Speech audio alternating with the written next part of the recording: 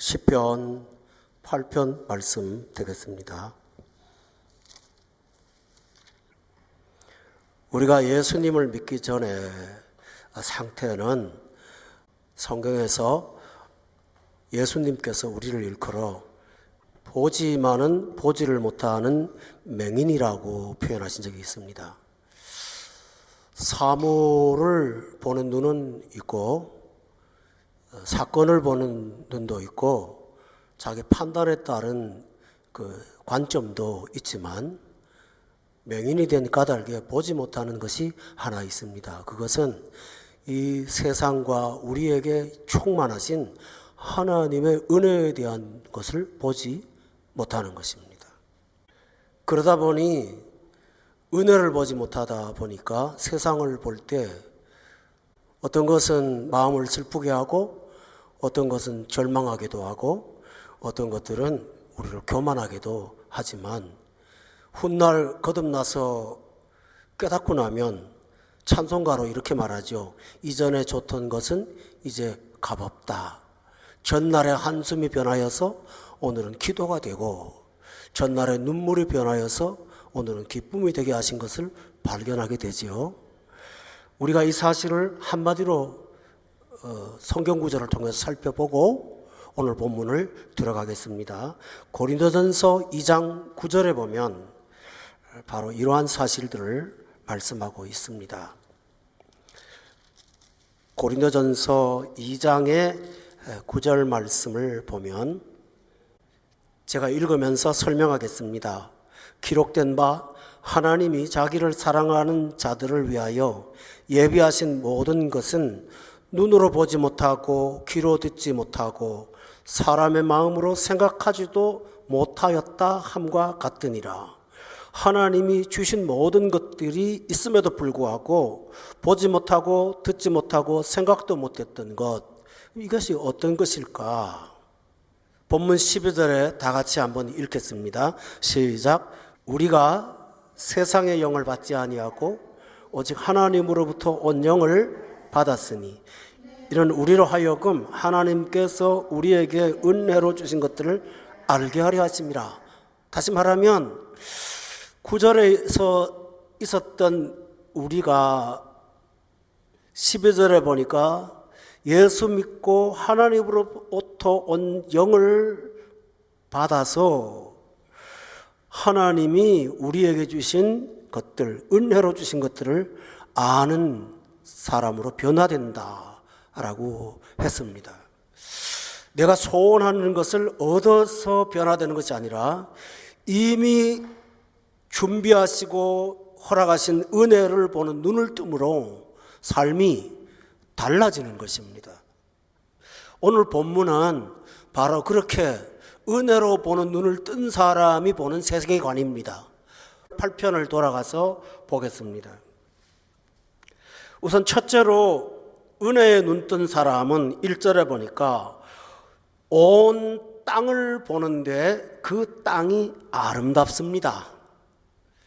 자연이 아름답고 질서가 아름답고 밤하늘의 별들이 아름답고 아름다운 산하들이 아름답다라고 하지 않고 1절에 보면 주의 이름이 온 땅에 그리 아름답습니다. 전에는 미적인 아름다움에 취했던 우리가 자연 만물에 깃들여져 있는 하나님의 신성이 우리에게 아름다움으로 다가오기 시작합니다. 이 아름다움은 어떤 미적인 기준을 말하는 것이 아닙니다. 다시 말하면 창세기 1장에 보면 하나님께서 천지를 창조하실 때 매일매일마다 반복되는 단어가 있어요. 보시기에 좋았더라. 바로 그 아름다움이에요. 하나님 보시기에 좋은 세상에 우리가 살고 있습니다. 하나님이 아름답게 만드신 것을 보며 살고 있습니다. 전도서 3장에 보면 하나님께서 때를 따라 아름답게 하셨다. 고통을 봐도 하나님의 아름다움, 그리고 그 속에 주의 이름이 아름답다는 것을 발견하고 사는 사람, 이것이 은혜에 눈뜬 사람의 특성입니다. 그러므로 아름다움을 보고 사는 사람은 어두움이 없습니다. 추하지 않습니다. 빛이 있고 희망이 있고 늘 마음속에 희락의 영이 있습니다. 이것이 시편 기자가 은혜의 눈을 뜨고 보니 세상이 주의 이름으로 가득한 아름다움을 보게 되었다라는 것입니다. 여러분, 우리는 십자가를 아름답다 예수여 나의 좋은 친구라고 찬송합니다. 십자가는 사형틀이고 피투성이의 죽음의 현장입니다. 그런데 우리에게는 아름답습니다. 여러분, 세상에서 가장 아름다운 게 뭘까요? 치장한 것보다는 사랑 때문에 희생한 것이 가장 아름답습니다. 다시 말하면 우리는 온 세상에서 하나님이 나를 사랑하시는 그 아름다움을 보게 됩니다. 그리고 지나가면서 감사하게 되죠. 할렐루야. 이것이 믿는 자가 은혜의 눈을 뜨면 일어나는 첫 번째 현상입니다. 두 번째는 무엇일까? 두 번째는 하나님의 영광을 보는 눈을 뜨게 됩니다. 1절에 보면 주의 영광이 하늘을 덮었나이다 라고 했습니다. 하늘을 쳐다보면 구름이 가득한 날도 있고 구름 한 점 없는 태양의 햇살이 가득한 날도 있습니다. 그런데 그런 자연의 장엄한 영광보다는 그 하늘을 덮은 하나님의 영광을 보는 눈을 뜨게 되었습니다. 이것은 굉장히 귀한 일입니다. 아침에 뜨고 저녁에 지는 해를 보면서 창조주 하나님의 권능과 영광을 발견하고 의식하고 사는 자, 이런 사람은 세상 어느 곳에 가든지 결코 홀로도 아니고 외롭지도 않습니다. 왜냐하면 천지에 충만하신 하나님의 영광 속에 우리가 살고 있기 때문입니다. 이런 눈을 뜨고 나는 사람은 세상을 비관으로 보거나 어떤 사람을 대상을 하면서 분노하거나 이 세상에 보이지 않는 악을 때문에 고통당하거나 그런 것을 뛰어넘는 기쁨과 힘이 있습니다. 사람이 하나님의 영광을 보는 눈을 뜨게 되면 그도 영광스럽게 되어 갑니다. 고린도전서에 보면 바울 사도가 이렇게 말합니다. 우리가 주의 영광을 보니 영광으로 화하여 영광에 이른다라고 되어 있습니다. 그러므로 은혜의 눈을 뜬 사람은 하나님의 이름의 아름다움과 동시에 아름답지만 않고 그 속에는 아름다움과 곁들여 영광이 깃들어져 있습니다. 여러분이 보통 자연을 보거나 어떤 사물을 볼 때 예쁜 것도 있지만은 영광스러운 거룩한 아름다움도 있지 않습니까? 우리 집사님 한 분이 스페인에 가서 건축 중인 성당을 하나 찍어서 저에게 보여주셨는데 그거는 건축물이라고 하기에는 이름이 안 맞더라고요. 그건 아름다운 하나의 작품으로 보이더라고요. 그런데 자세히 살펴보니까 그 조각과 그 표현 양식은 전부 성경에 대한 내용들을 표현했더라고요.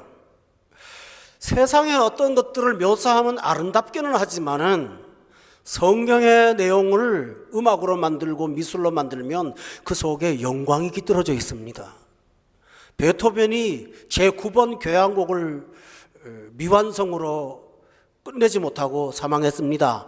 그런데 그 9번 교향곡의 9 심포니에 글로리아송, 영광이라는 찬양이 있는데 우리 찬송가에도 그 찬송가의 곡조로 나와 있죠. 귀가 안 들리고 죽음을 앞둔 사람에게서 그 음악은 아름답다라는 표현보다는 영광스러웠던 것입니다. 이 세상 많은 음악들이 있지만 사람이 듣고 나서 마음속에 영광으로 가득 차게 하는 예술은 하나님과 관련되지 않고는 없다는 사실을 발견한다면 은혜의 눈을 뜨는 사람은 은혜를 보고 그 속에 영광을 봅니다. 이것이 믿는 자의 삶을 풍성하게 합니다. 우리 삶을 풍성하게 하는 권능이 있습니다.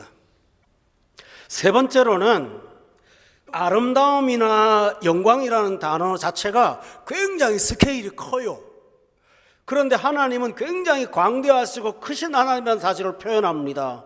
그렇지만 세 번째로 본문 3절에 보니까 하나님은 굉장히 세밀하시고 섬세하신 분이십니다. 주의 손가락으로 만드신 주의 하늘과, 여러분 예레미야 선지자는 하나님을 토기장이로 비유한 적이 있어요. 진흙 한 덩어리를 발로 밟아서 돌아가는 틀에 놓고 돌리면서 손가락으로 빚어내면 아주 정교하고 아름다운 작품이 나오는 것처럼, 하나님은 영광으로 하늘이 가득하고 충만하신 분이지만 동시에 하나님은 섬세하셔서 우리 삶의 작은 부분까지도 관리하시고 이끄시고 인도하시는 분임을 믿으시기 바랍니다. 성경에 예수님이 말했죠. 머리털 하나까지 세신 바 되었다고요. 오늘 이 세상의 사람들은 집단으로는 보지만 한 개인의 가치를 보는 경향은 많지 않습니다. 그러나 하나님은 참 많은 군중 속에서 나 하나를 쳐다보고 내 마음 속을 들여다보고 내 마음의 고통과 아픔과 기쁨도 보실 수 있는 분이 하나님이십니다. 그러므로 우리가 하나님 앞에 나아가면 우리 정서가 새로워지고 치료를 받고 풍성해지는 것을 경험하게 될 줄로 믿습니다. 여러분이 성경을 읽다가 저와 같은 경험을 많이 하실 거예요. 어떤 거냐면, 어떻게 하나님은 내 지금 속사정을 이렇게 속속들이 세밀하게 아시지? 깜짝깜짝 놀랄 때가 많지요. 왜 그럴까요? 하나님은 머리털 하나까지도 세시는 분이시고 침 삼킬 동안도 우리를 놓치지 않는 분이시기 때문에 그러한 것입니다. 그러므로 여러분이 성경을 통해서 하나님의 섬세하심을 발견한다면 하나님의 사랑이 피부에 와닿을 만큼 느껴지게 될 줄로 믿습니다. 내가 사랑받는 존재다, 보호받는 존재다, 보살핌받는 존재다, 이끌림받는 존재다 라는 것을 생각할 때 얼마나 내 영혼이 풍성해질 수가 있습니까? 다윗은 그런 은혜의 눈을 떴기에 어려움 속에서도 풍성한 영혼의 그 넓이를 갖고 살았습니다. 여러분도 그렇게 사시기를, 우리 모두가 그렇게 되기를 주의 이름으로 원합니다. 그러나 하나님은 그런 분만 아니십니다. 능력이 있으십니다. 본문 2절에 보면 주의 대적으로 말미암아 어린아이들과 젖먹이들의 입으로 권능을 세우시는 분이시라고 기록되어 있습니다. 아름답지만 그림의 떡이라는 말이 있지 않습니까? 제가 가끔 스위스 사진을 보면 그림의 떡 같아요.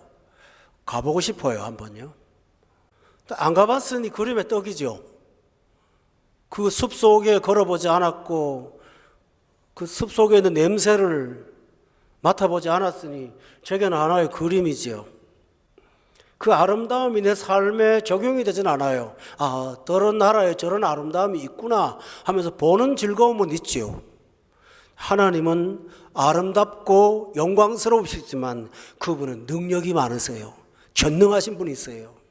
그런데 하나님의 능력은 대단한 어떤 사건을 통해서 나타나는 것도 있지만, 하나님의 능력은 오늘 2절에 보니까 어린 아이들과 젖먹이의 이불을 통해서도 권능을 세우시는 분이 하나님이시라고 말씀하셨습니다.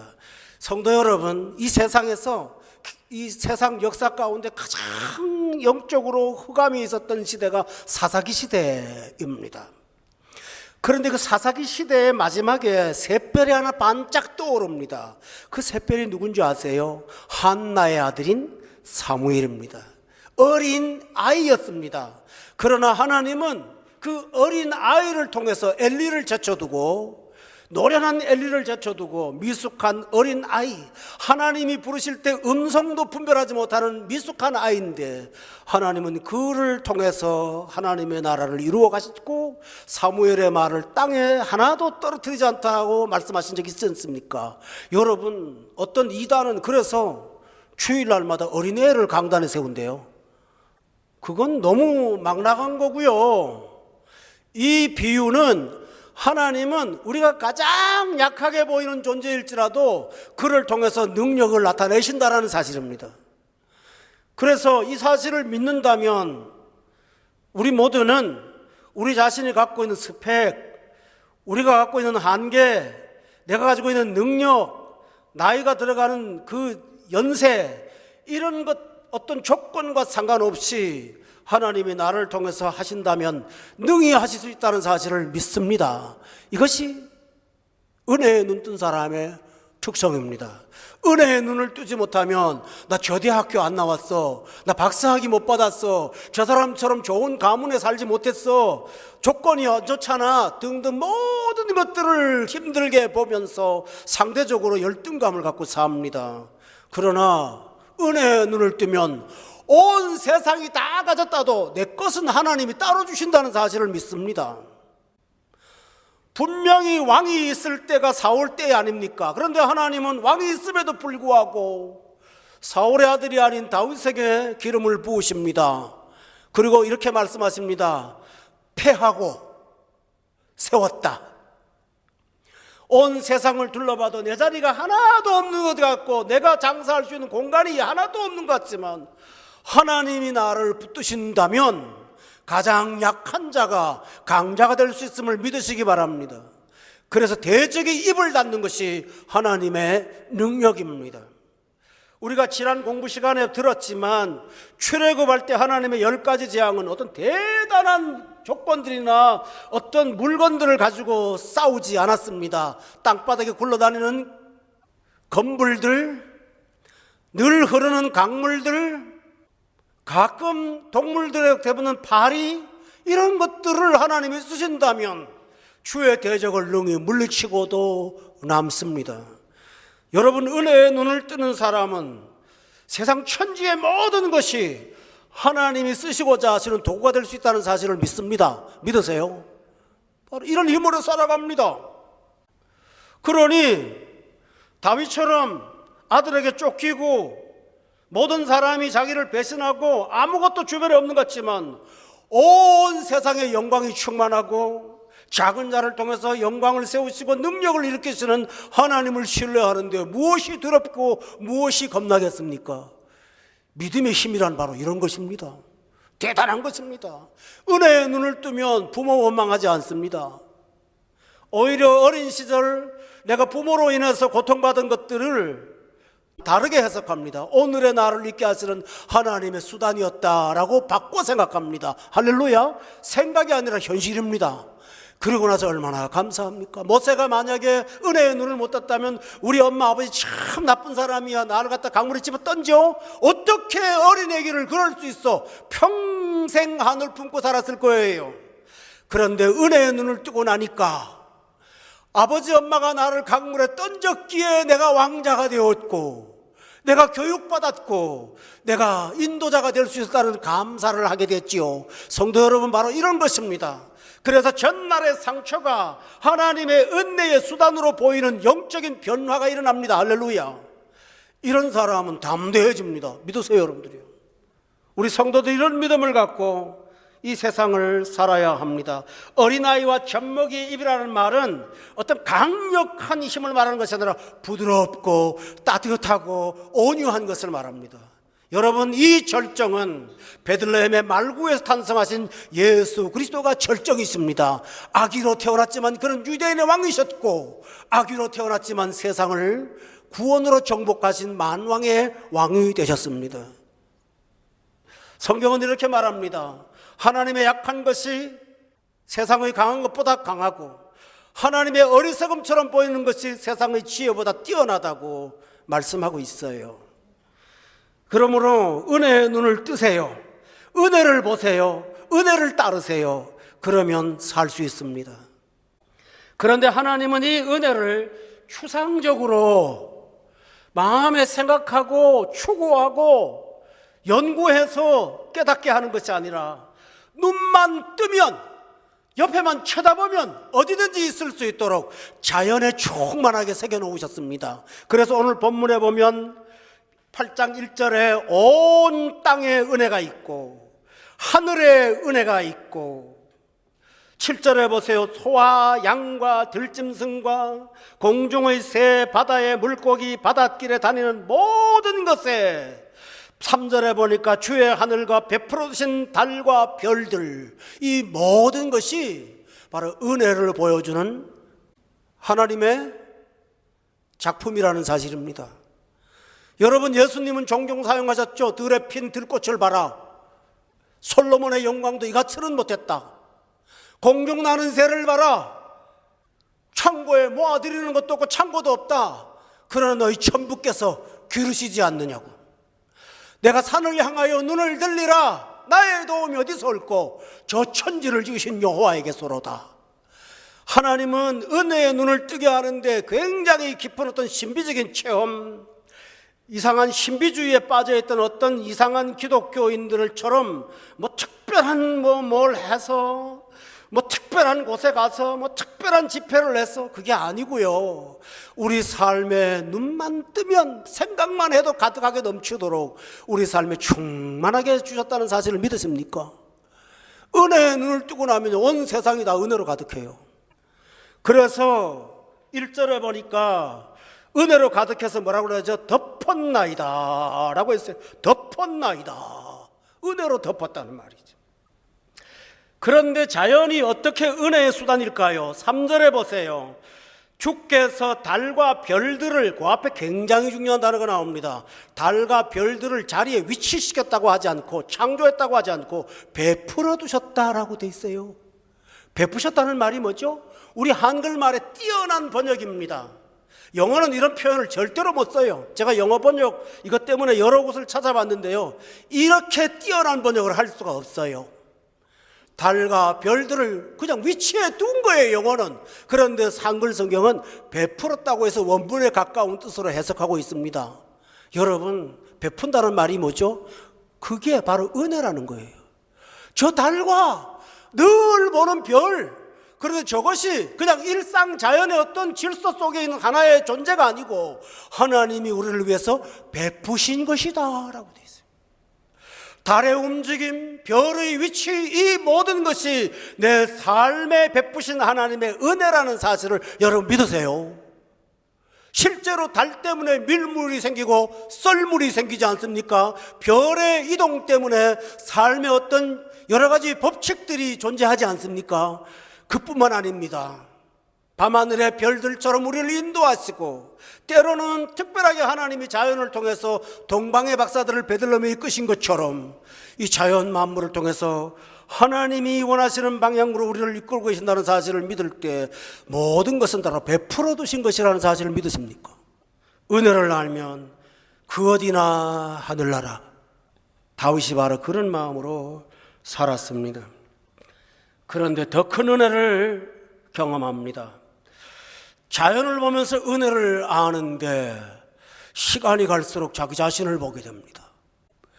은혜의 증거들을 자연이나 사건이나 어떤 역사에서 찾다가 시간이 흘러가면서 나 자신에게 은혜를 찾습니다. 내게서 은혜를 발견합니다. 내게 주신 은혜를 발견합니다. 4절에 뭐라고 그랬죠? 사람이 무엇이기에.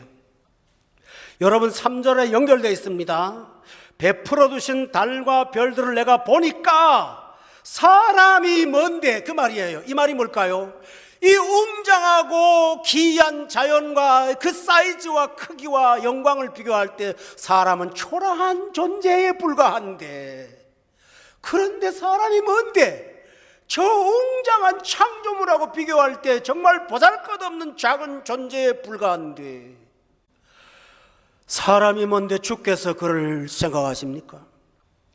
왜요? 3절에 다시 보세요. 달과 별을 위하여 존재하지 않고 나를 위해서 베풀어 주신 은총으로 보니 도대체 사람이 뭔데 저 엄청난 것들을 은혜로 주십니까? 주께서 그를 생각하시며, 여기 그가 단수라는 사실을 기억하시기 바랍니다. 인자가 무엇이기에. 여기서 중요한 사실은 사람과 인자를 언급한다는 사실입니다. 사람은 단순 반복이 아니라 에노시라는 히브리어로 깨지기 쉬운 존재, 부패하기 쉬운 존재라는 뜻의 말입니다. 다시 말하면 정확하게 식여가면 사람이 무엇이긴데 하기 전에 깨지기 쉬운 존재, 이렇게 부패한 내가 뭐길래, 이런 뜻입니다. 그러니 은혜를 발견합니다.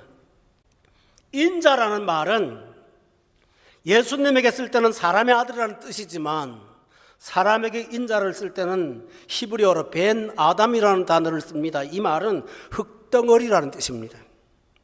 전자는 사람의 부패한 존재라는 사실을 비교하면서 은혜가 너무 크다는 것을 발견했고, 후자는 달과 별들은 발광체로서 일이나 있죠. 나는 그저 티끌 정도에 불과한, 한 줌의 흙에 불과한 아무것도 아닌 존재. 그런데 하나님이 그를 돌보신다라고 되어 있습니다. 그보다 더 큰 은혜가 뭘까요? 돌보시는 것만 은혜일까요? 아닙니다. 진짜 큰 은혜는 다음 절에 있습니다. 5절에 보면 그를 하나님보다 조금 못하게 하셨다. 하늘을 보면서 영광에 압도를 당했는데 그 영광이 아무리 커도 사람의 영광하고는 비교할 수 없더라는 얘기입니다. 다시 말하면 하나님보다 달이 조금 못한 것이 아니고 하늘이 조금 못한 것이 아니고 부패한 내가 조금 못하더라는 것입니다. 그런데 못하다고 한 게 아니라 오늘 5절에 보니까 그렇게 하나님이 못하게 만드셨다. 하나님 수준의 사람으로 이끌어 놓으셨다. 이것이 은혜입니다. 여러분, 세상은 말씀으로 창조되었지만 사람은 하나님의 형상을 따라 지음받았습니다. 하나님의 본성과 품성과 하나님의 성품을 투영한 존재는 사람밖에 없습니다. 그래서 5절에 보니까 조금 못하게라는 단어는 부정적인 용어로 쓰이지만 실제로는 영화와 존귀로 관을 씌우셨다는 말을 대신함으로 이 세상에서 비교할 수 없는 존재가 되었다는 사실을 말씀하고 있습니다. 여러분, 은혜지요? 나도 내가 싫은 나를 하나님은 영화와 존귀로 관을 씌우셨습니다. 내가 실망하는 나에 대해서 하나님은 기쁨을 이기지 못하신다고 스바냐 선지자가 말하고 있습니다. 이게 어떻게 설명을 할까요, 여러분들? 내가 기대를 못하고 내가 실망한 나에게 하나님은 기대를 거시고 기뻐하신다니 이 은혜를 어떻게 표현할 수가 있습니까? 다윗이 바로 그 은혜를 깨달은 것입니다. 그뿐만 아닙니다. 하나님이 나를 사랑하신다, 귀하게 여겼다. 그런데 사람이 자존감을 느낄 수 있는 것은 내가 귀한 일에 쓰임받을 때입니다. 본문 6절에 보면 주의 손으로 만드신 것들을 다스리게 하시는 쓰임을 받았습니다. 이것이 은혜입니다. 사람들이 누구를 뽑을 때 저분 훌륭해요, 참 귀한 분이죠, 칭찬은 하지만 막상 중요한 일에 어떤 사람을 선택할 때 그 사람이 선택받지 못했다면 그게 얼마나 큰 실망이 되겠습니까? 그런데 하나님은 우리를 하나님의 청지기로 써주시고 당신의 것들을 관리하도록 위임해 주셨습니다. 할렐루야. 이게 은혜입니다. 저는 목사로 하나님이 기뻐하시는 이 교회를 섬길 수 있도록 맡겨주신 것이 늘 황송한 은혜로 마음속에 가득합니다. 너무 감사한 것뿐이죠. 여러분, 하나님의 은혜를 알면 자존감도 거기서 일어난다는 사실을 믿으세요. 이 일이 하나님이 하시는 일이에요. 그래서 이 모든 것을 알고 나니까, 그리고 그 다스림이라는 사실이 어떤 회사 하나 정도가 아니고 6절과 7절과 8절에 보면 땅과 하늘과 바다와 천지에 충만하다고 했으니 내가 가는 곳곳마다 하나님이 나를 써주시는 은총이 세상 가득하다는 사실을 깨달은 것입니다. 이런 사람의 고백이 뭘까요? 9절에 보세요. 했던 말 또 하는 겁니다. 온 땅에 주의 이름이 온 땅에 어찌 그리 아름다운지요. 1절에 있는 내용을 고백합니다. 어떤 은혜를 모르는 남편이 은혜 충만한 부인께서 늘 감사하다고 그러니까 저한테 와서 그래요. 목사님, 우리 집사람 거짓말 하는 것 같아요. 이래도 감사, 저래도 감사. 그렇게 느낄 수도 있겠죠. 은혜를 아는 사람 입에는 항상 같은 말이 후렴으로 반복합니다. 찬송가에 후렴이 있죠? 우리의 후렴이 뭘까요? 여호와 우리 주여, 주의 이름이 온 땅에 어찌 그리 아름다운지요. 여러분, 늘 이 고백하면서 사시기를 바랍니다. 이 찬양을 하면서 걸어가시기를 바랍니다. 이 마음을 품고 자고 깨고 일하고 쉬십시오. 기도하겠습니다.